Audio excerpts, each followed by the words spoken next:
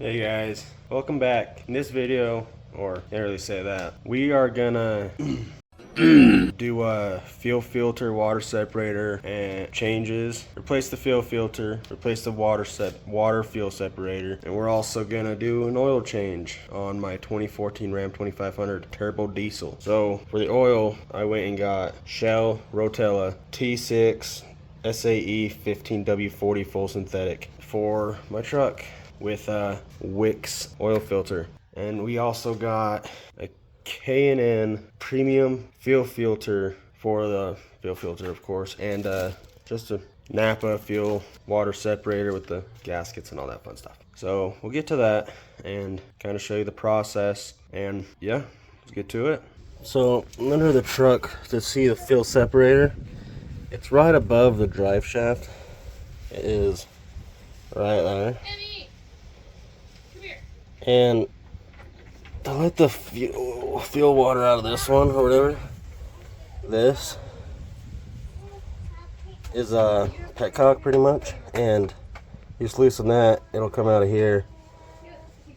Better to use a hose if you can, or yeah, some sort of hose, so it doesn't just drip right onto other things. But we gotta drain this as well, so I'll do that real quick and we'll get back to you when we're after that's done. We got it loosened, not loosened, we got it drained. And just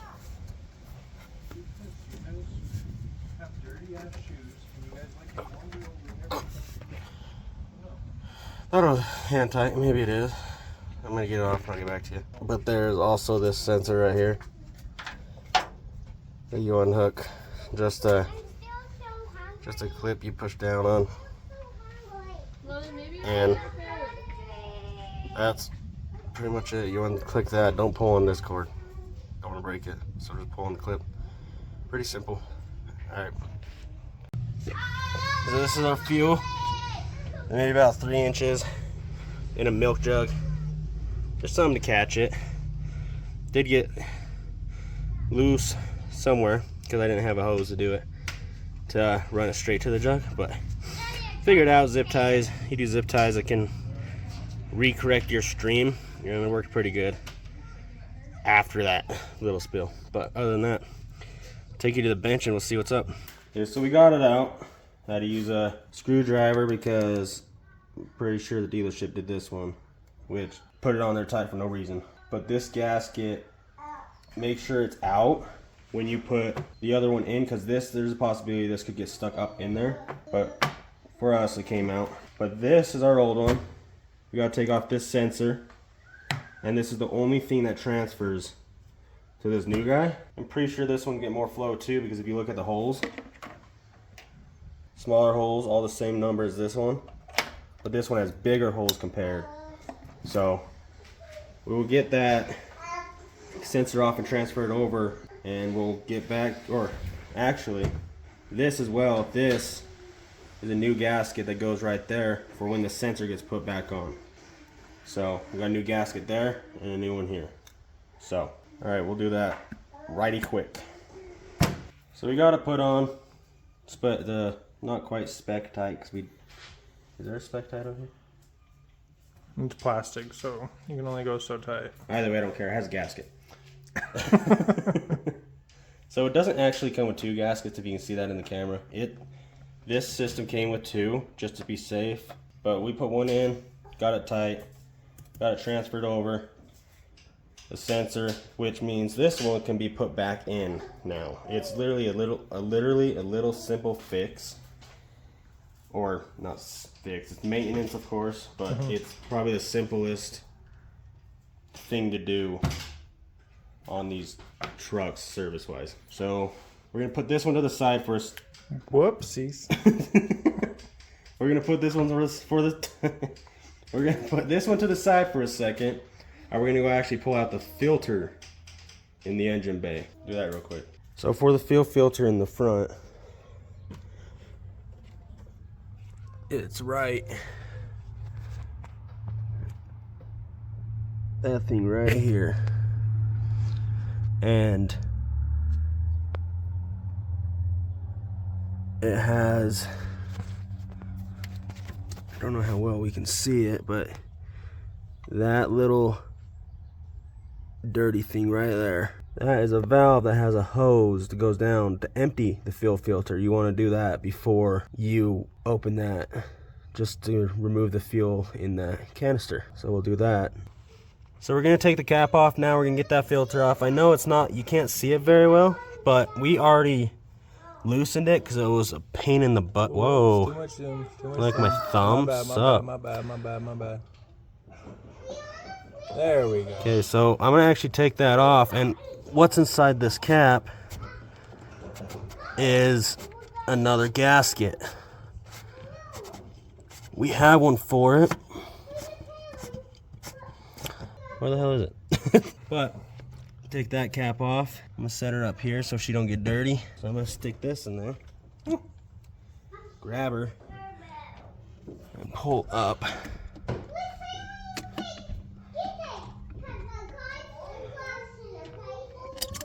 There you go. I'm gonna hang it over this for a second because there might be fuel in it still. Don't wanna let all the fuel out. That's what we got. Dirty, actually. Dang. Compared to the one we got, this thing is filthy. That's what a fuel filter looks like in this truck. At least the one that they installed. Yeah, look how dirty that thing is. We'll compare it to the other one here in a minute. I gotta figure out where that big gasket goes. We'll get back to you guys soon. So that's the old fuel filter. If we compare it to this one, look at that difference. This one used to look like that, but it's supposed to look like this. That thing it's pretty dirty over the That's literally night and day. 1,000 miles it is at, yeah. So we actually did find where this was. It's not within the cap of that canister. It's at the bottom of the housing threads. Yes, yes. All right, we'll go put it in real quick. So there's actually the orientation of this is oval, so it has to go in that specific way because there's like a gasket in here as well as a gasket out here. So this has to sit on it, the oval part, so it has the right orientation for it. But we'll get that in.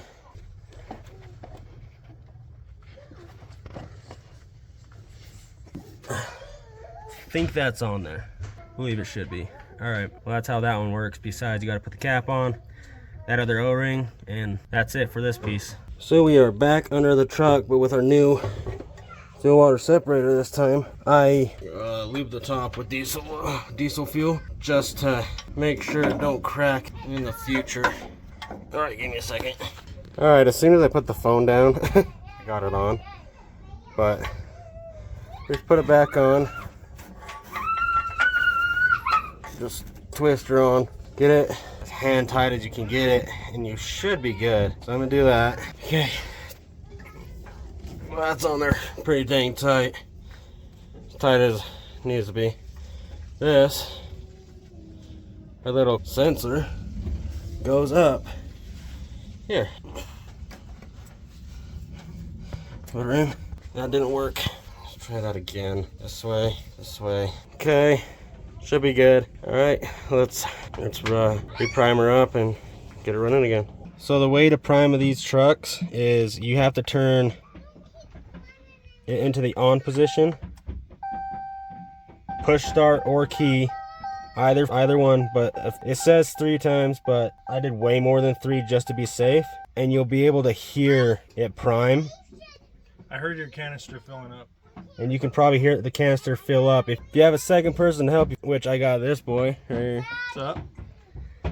But he can hear it, so you just... Your canister's full, but I can still hear your fuel rails and everything getting fuel. So I think you should be good because your canister's already full. That one has no leaks. That one has no leaks. I think we're good. If you want to fire it up and give it a shot.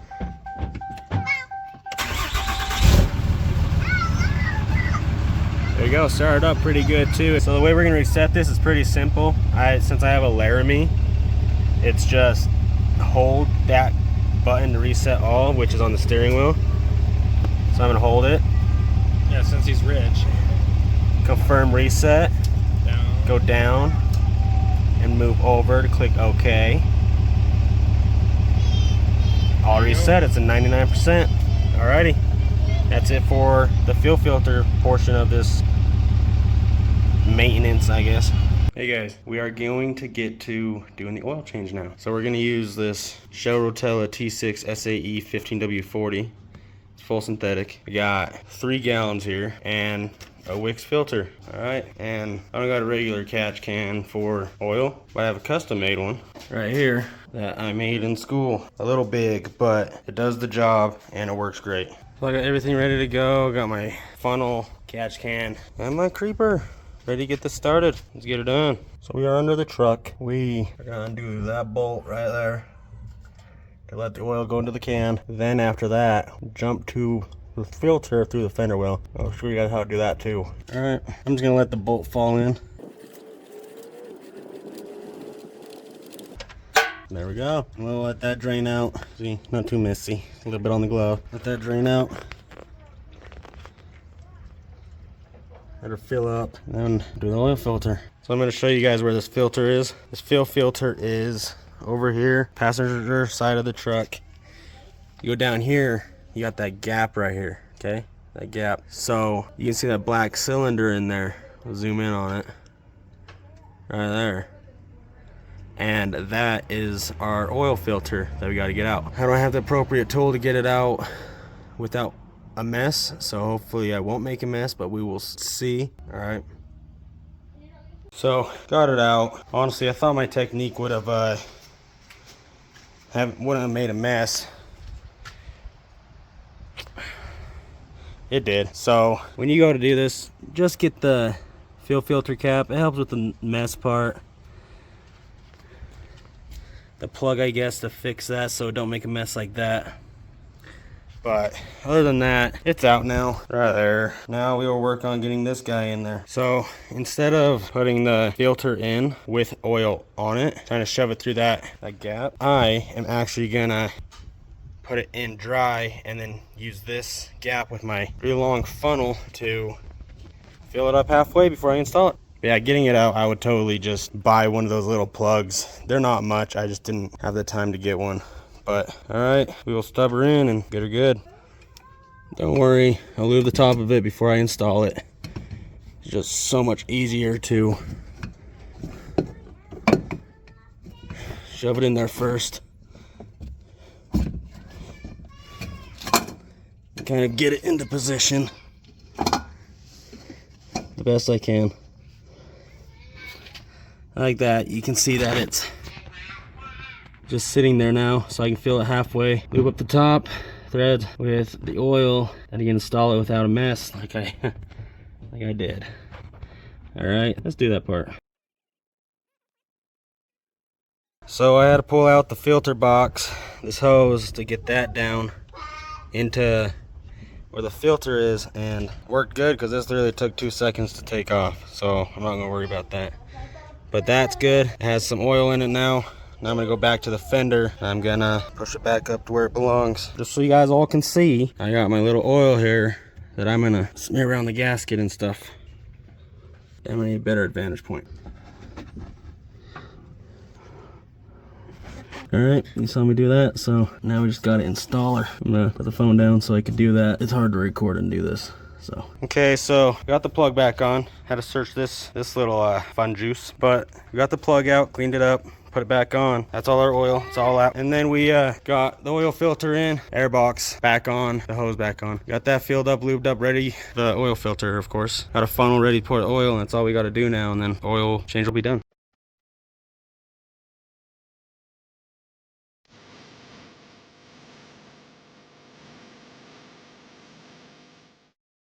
And that's all she wrote. Oil change is done. Oil change is done. Same with the fuel filter. And of course the water separator. Yeah, take that truck. Truck is maintenance, serviced. That's all she wrote for this truck. I put it in run so we can reset this. Oil life, go back. Just to reset it, just gotta hold the arrow on my truck. And then go down to, okay. Click that. It's reset. 100% mile life again, oil life. All right, that's all it is. What is up, guys? I am going to go over some things with the Dakota. I posted on one of my Facebook groups about the Dakota, and I got a couple questions about it, and I'll just go over and clarify some of those questions in case you guys might have the same questions about any of these. There's a couple that I have pinned here, so I'll just go over those and let's get into it. All right, so the first question I got was what lift, tire size, and if I'm running spacers. And the answer to that is I did a torsion key lift. I have 31 10.5 15s, no spacers. They have no offset to these wheels. They do poke out a little bit, but nothing major at all. The fronts do poke out a little bit more than the rears, but there's no spacers. It's a torsion key lift and no body lift, nothing like that. And then yeah, there's no offset with these wheels. All right, so there is the torsion bar. Goes in the lower control arm here.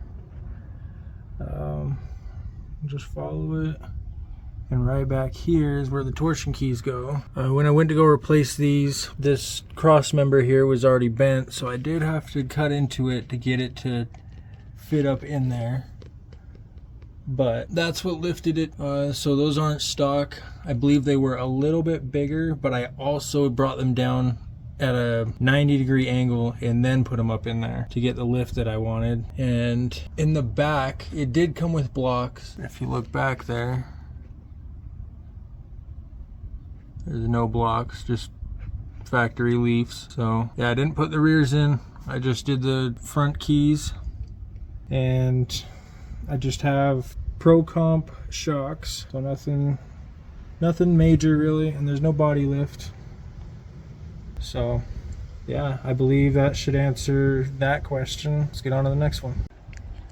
All right, so the next question was, how did I get a light bar mounted and what size is it? This one is a 50-inch curve. It follows the body pretty well. There's the brackets for it right there. And for these were for a second gen Ram 1500 that I had to modify to get them to work for this. But they've been on there for, oh look, there's a little bug in there. But they've been on there for the last, let's see, I put these on in 2017, so about 8 years now. This light bar has been on there, so that's how I did that. Doors shut, everything works okay. Brackets, they were for a second gen Ram 1500, but I made them work and it looks pretty good the way it sits, and it's pretty bright at nighttime. So all right, another question I got was what kind of exhaust setup do I have, and this is just like an axle dump type of vibe to it, and then it is straight piped all the way until there. It does have a MagnaFlow high flow catalytic converter. There's no muffler, and then it has stock manifolds, stock pipe all the way until right there, and then just axle dumped right there. Not a bad sounding exhaust for a 318, so.